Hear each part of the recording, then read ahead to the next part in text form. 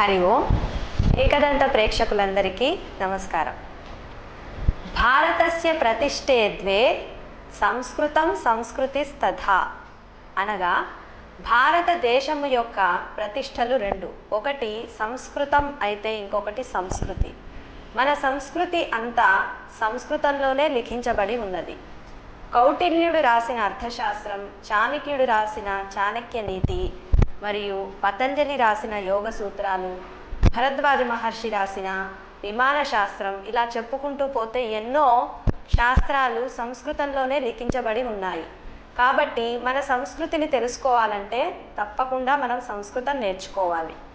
కేవలం పూజారులు మాత్రమే శ్లోకాలు మంత్రాలు చదివే టైంలో ఈ సంస్కృత భాష వినబడుతుంది.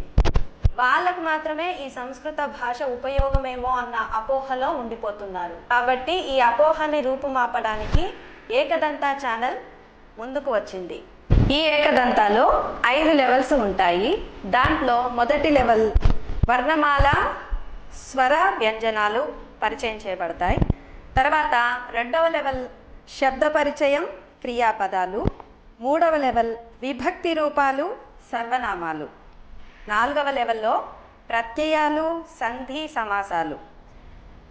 5వ లెవెల్లో వాక్య విస్తారం, వాక్య నిర్మాణం మరియు శ్లోక అన్వయ క్రమం. ఏకదంత అనేది సంపూర్ణంగా సరళమైన సంస్కృత భాషను ప్రతి ఒక్కరికి అందుబాటులో ఉంచేలాగా మేము రూపొందించాము.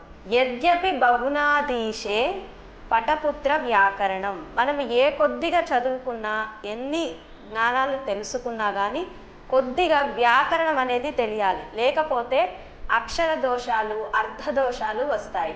కాబట్టి ఈ ఏకదంత ద్వారా మీకు అందరికీ పూర్తిగా వ్యాకరణము, సరళమైన పద్ధతిలో వ్యాకరణము మరియు సంస్కృత సంభాషణ మొదలగునవన్నీ పూర్తిగా అందుబాటులోకి తీసుకురావాలని మేము ఇది ప్రారంభించడం జరిగినది.